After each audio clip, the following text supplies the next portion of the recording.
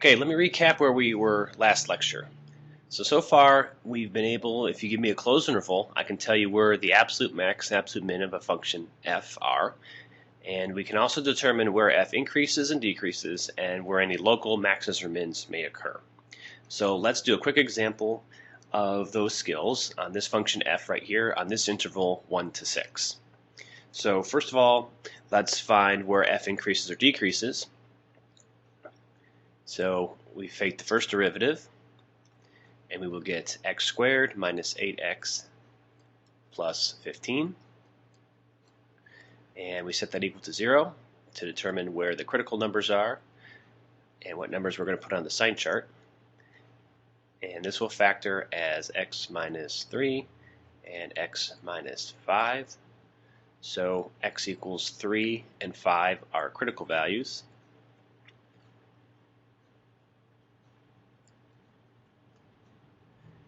And now we'll make a sign chart for my first derivative to determine where f is going to increase or decrease.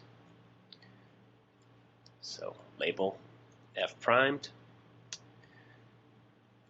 3 and 5 are the critical points, and don't forget we are restricted here. We're going to stop at 6 and we're going to begin at 1 in our analysis.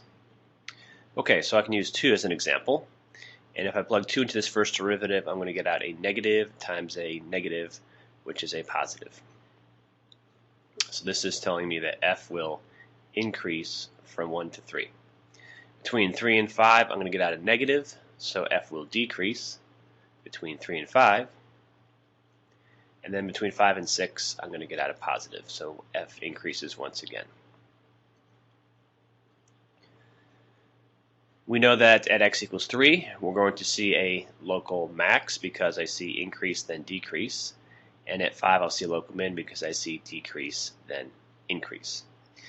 Okay, for the sake of time, I have already calculated function values at these critical spots. So let me minimize my text here. So f of 1 is negative 11 thirds, which is negative 3 1/3, so somewhere down here, more or less. F of 6, the other endpoint is 3. F of 3 is also 3. And F of 5 is 5 thirds, which is 1 and 2 thirds. So more or less here. Okay, my analysis said I'm going to increase initially, and then decrease, and then increase, which makes sense. The only thing I don't really know is how does this curve bend? Okay, it's not very obvious how to progress from one dot to one dot, other than we know increase and decrease occurs. We also don't know if lines would suffice for this function. Now I know they don't because this is a polynomial curve, but I need a little bit more detail if I'm going to know how the curve bends. And that's part of the big concept we're going to look at today, is how does a curve bend? So here's a quick example to illustrate why we need to know. Both f and g go through the point 2, 0 and 6, 4. Both curves increase between 2 and 6. So if we analyze their first derivatives, they would be positive on those intervals. However, you can see curve f and curve g bend in distinctly different ways. That's what we don't know how to determine yet using calculus, but we're going to determine that shortly here. First, we're going to go to a GeoGebra demonstration to explore this a little bit.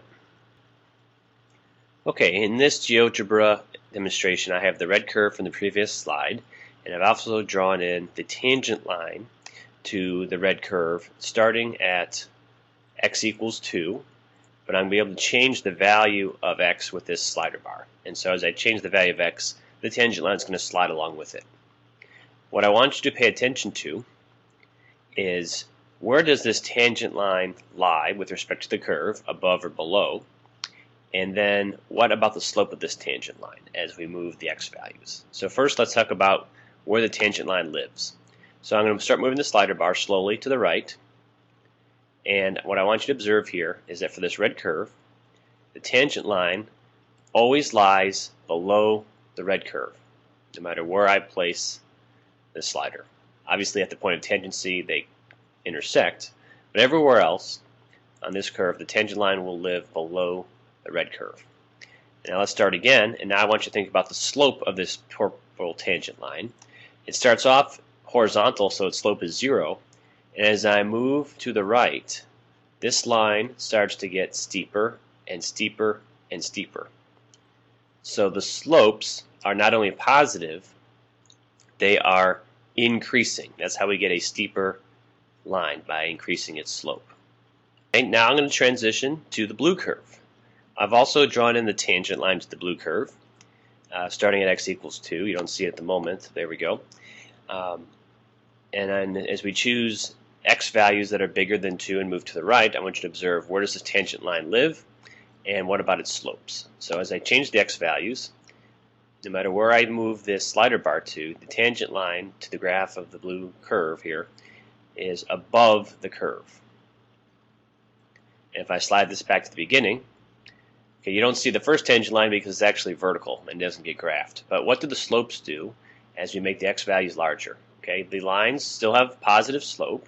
They're still increasing, but the slopes are getting less steep as I move to the right, which means the slopes of these lines are decreasing.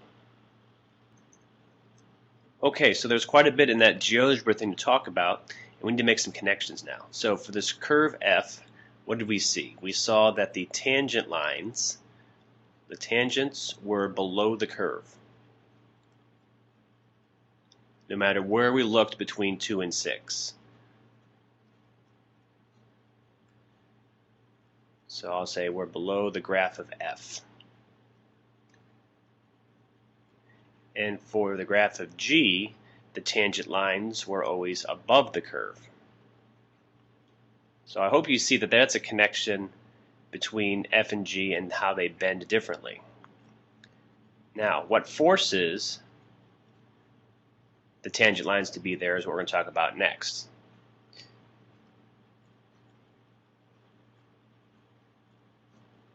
So, we talked about the tangent lines for the graph of F were below the curve, and the slopes of those tangent lines, okay, the slopes were doing what as you went from left to right? The slopes were increasing, the slopes of the tangent lines. And for the blue curve, the slopes of the tangent lines were decreasing. Now, if we think back to last lesson, we should be able to make a connection here, okay? The slopes, which would be synonymous with the function f primed, because that's the function that finds slopes, okay? Slopes were increasing and slopes were decreasing for the red and the blue curves respectively. So I need a function that's going to control whether f primed increases or decreases. So what will tell me if f primed increases? Well, a function increases when its derivative is positive. And so if I take the derivative of this function, which we call the second derivative, and look where it's positive, then that will control where f primed increases, which controls where the tangent lines live on the curve, which affects how they bend. Okay, so now we're into an interesting world where we can use either the first derivative or the second derivative to determine how a curve bends. Okay, we'll come back to this idea in a second, but let's define some words first here. Okay, the word for how the curve bends is called its concavity. So we have two types of concavity. We have concave up and concave down. Okay, concave up is or occurs if the first derivative of f is increasing. And graphically, we would see that the tangent lines lie below the graph of f. So if we go back to our pictures, we would say f is a concave up curve. Its first derivative is increasing, and its tangent lines lie below the curve. Okay, a good mnemonic device is concave up like a cup. So if I draw a little cup here, it would be something that would hold water if I dumped it into. Similarly, graph of f is concave down.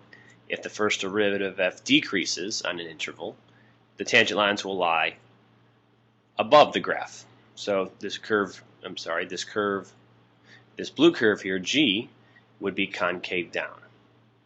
Tangent lines lie above the curve. First derivative is decreasing. And then the nematic device for concave down is down like a frown.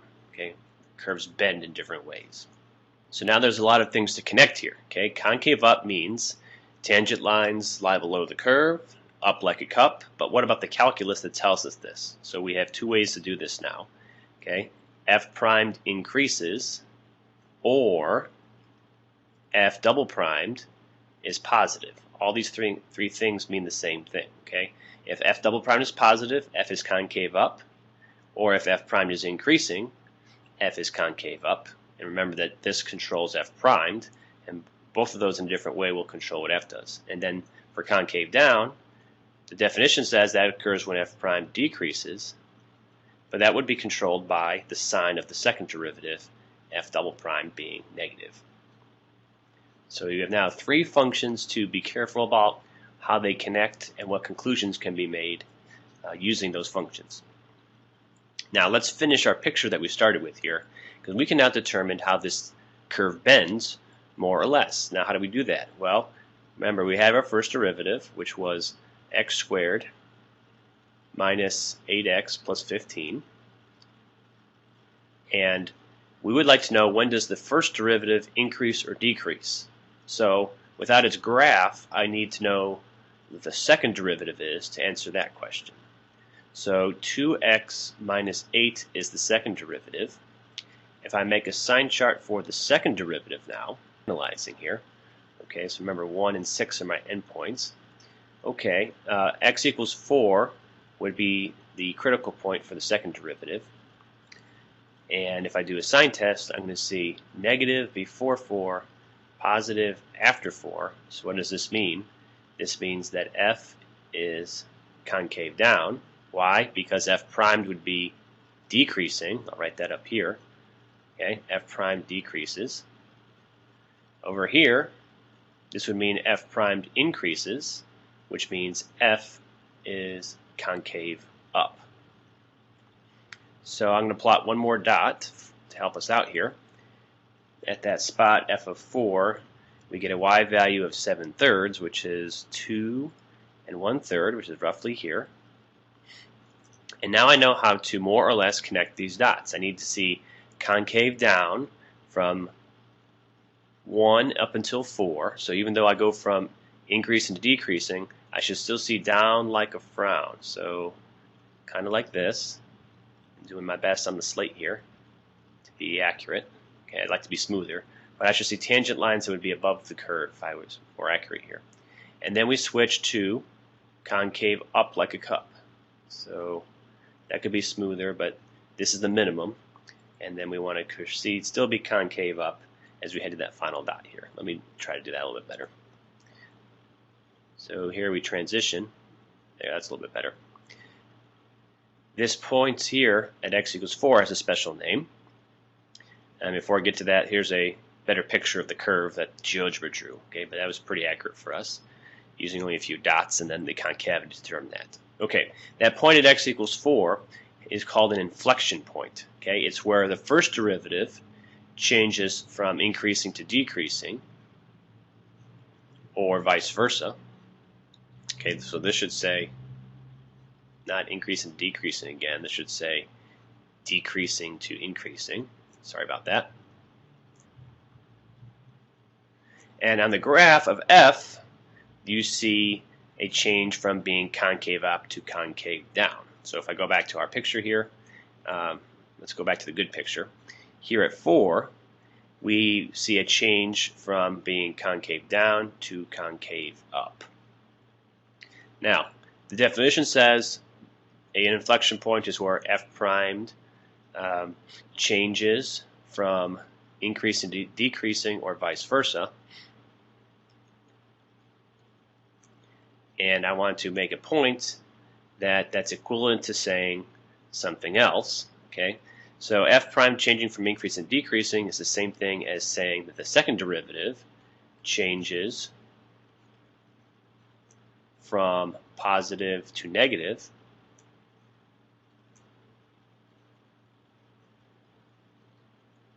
And that's equivalent to saying f changes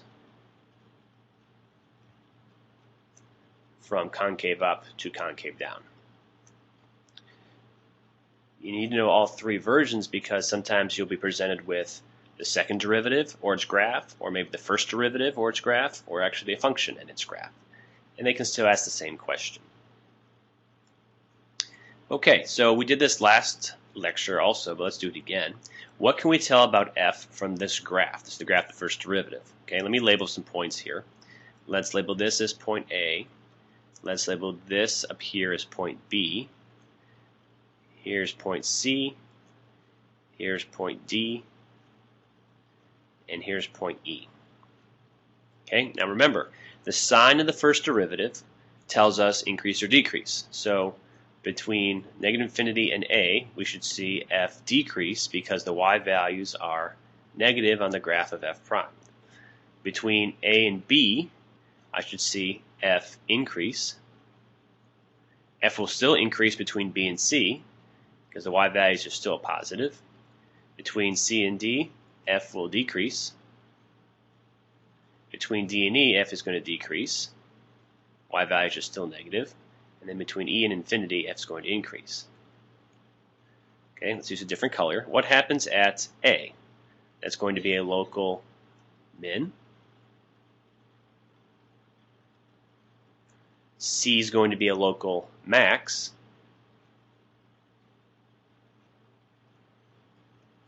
And E is going to be another local min.